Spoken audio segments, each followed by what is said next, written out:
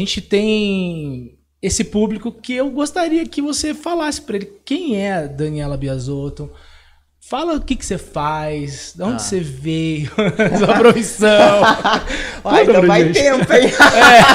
A gente tem todo o tempo do mundo aqui hoje. Bora lá. Para quem não me conhece, eu sou Daniela Biasotto Gonzalez, né? Eu sou fisioterapeuta, professora, orientadora. Hoje eu sou pesquisadora, né? Na verdade, assim, tudo começou, né? Eu sou natural de Araraquara. Vim para Mogi das Cruzes, então vamos começar do começo. Eu vim para Mogi das Cruzes em 98. Então eu me formei em 96 e eu estava fazendo o meu mestrado quando o Taba, na época meu namorado, estava trabalhando na UMC, né? Então eu vinha para a UMC, né? Vinha visitá-lo, vinha na verdade em Mogi visitar. Porque eu morava na época em Piracicaba, onde eu fazia o mestrado, na época na FOP, na Unicamp. E aí, depois, em 2000, eu entrei como docente da UMC, nas cadeiras de ortopedia, de cinesiologia, no estágio.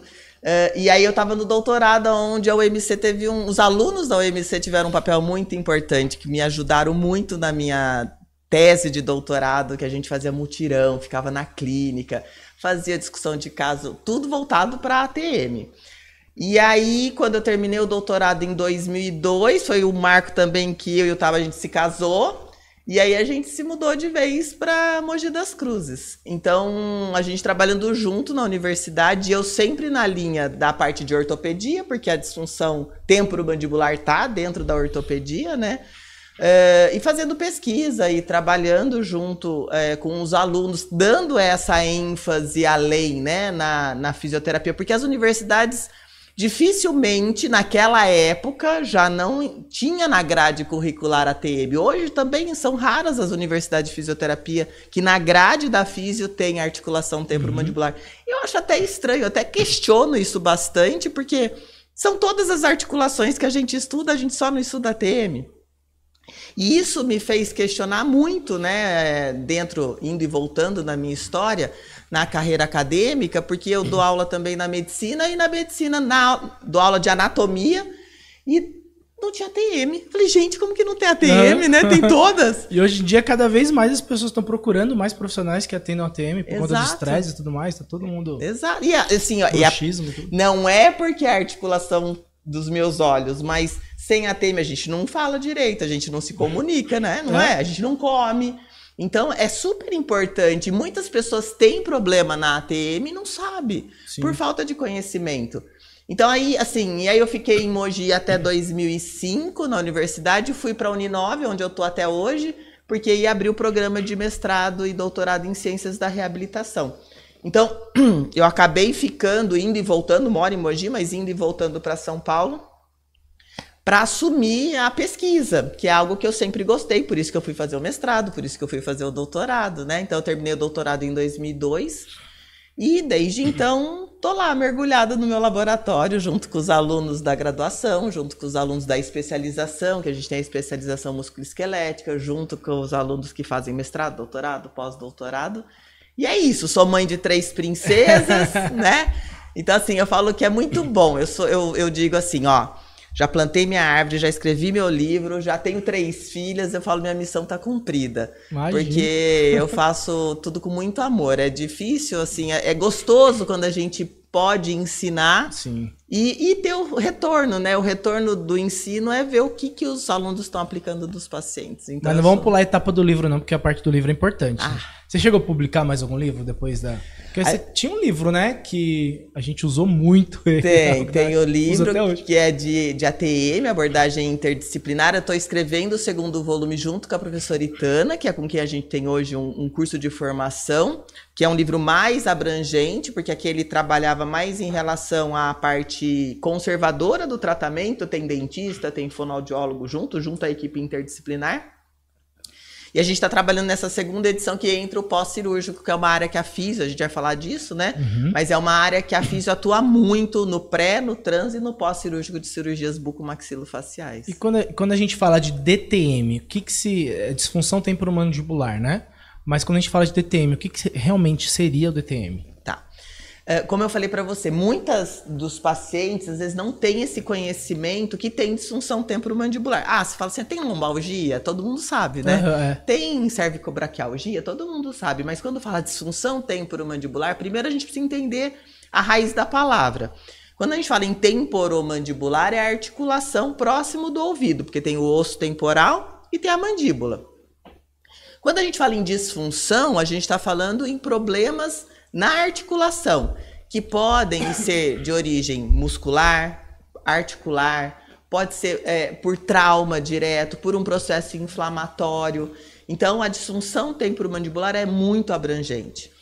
E existem, além dos problemas articulares, né? Então, quando a gente fala em disfunção temporomandibular, a gente classifica em disfunção articular, de origem articular, muscular, que tem origem nos músculos, e mista, que tem os dois associados.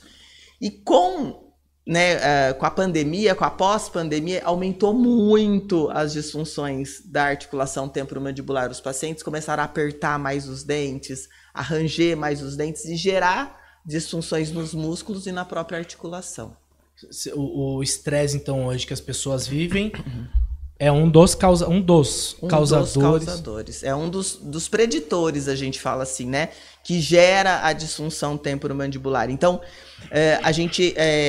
a fibromialgia, pacientes que têm fibromialgia, todos os pacientes que têm fibromialgia têm disfunção, mas nem todos que têm disfunção têm fibromialgia. Uhum. Pacientes que apresentam, às vezes podem apresentar algumas comorbidades associadas, por exemplo, doenças associadas, zumbido. A gente fala, nossa, tô com barulho no ouvido, que é o zumbido somatosensorial. Disfunções oculomotoras, às vezes tem alteração de convergência, tem dor de cabeça, cefaleias, dor no pescoço.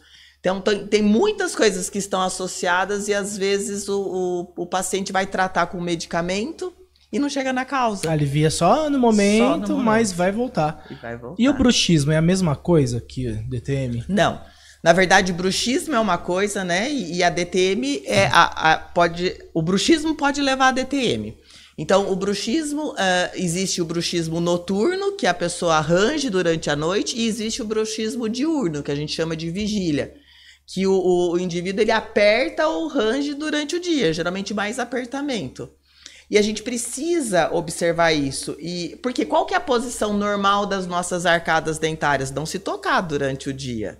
A gente só toca os dentes para comer. Eu tô errado, então já tô todo errado. Para falar algumas sílabas. E a gente precisa sempre ficar com a língua na papila incisiva, descansando a ponta da língua lá onde é franzidinho atrás dos incisivos. E os dentes vão tocar muito levemente, ou quase nem toca.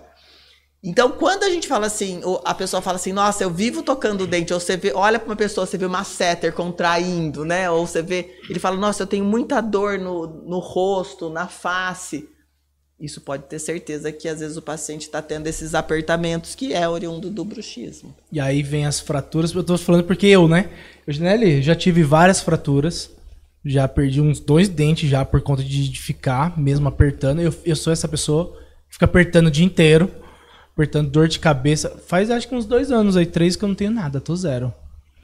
Voltei pro esporte. Então, tem uma relação, o esporte, em relaxar? Sim, na verdade, assim, ó.